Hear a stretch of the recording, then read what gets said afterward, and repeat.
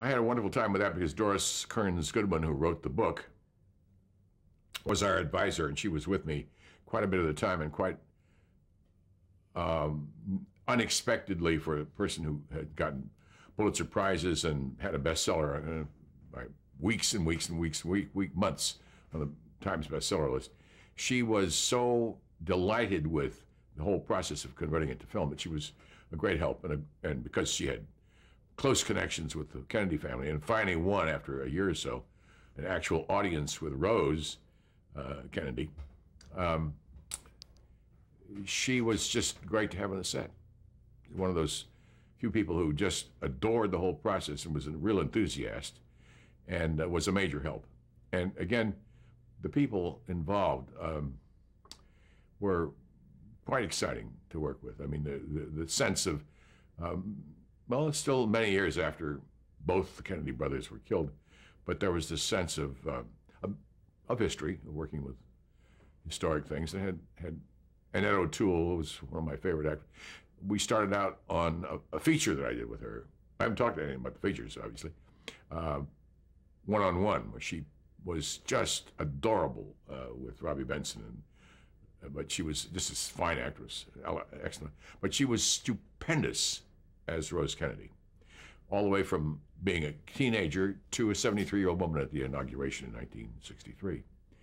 And she and Bill Peterson, who was old Joe Kennedy, these were stupendously good actors. Campbell Scott, who was a first-class actor, has done wonderful things, both as a director, writer, and actor, was young Joe Kennedy.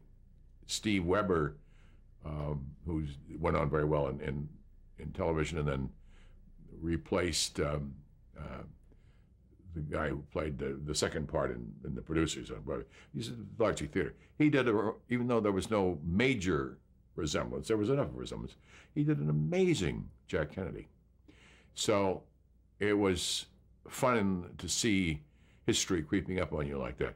And when I got my nomination for a Directors Guild Award for, was it Wallenberg? No, for Lincoln, from 2 years before that, I was on the set shooting, and the 19 kids I had to have to be various Kennedys, the 9 Kennedys at different ages and stages, from babyhood on up to teenage, were terribly excited about the fact that I'd gotten an Emmy nomination for this movie earlier.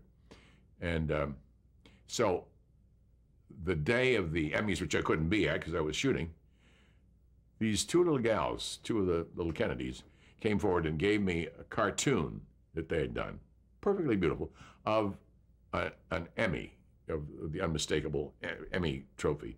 And they said, "Here's one for you if you don't win. We're with you." And it was lovely. And then I won.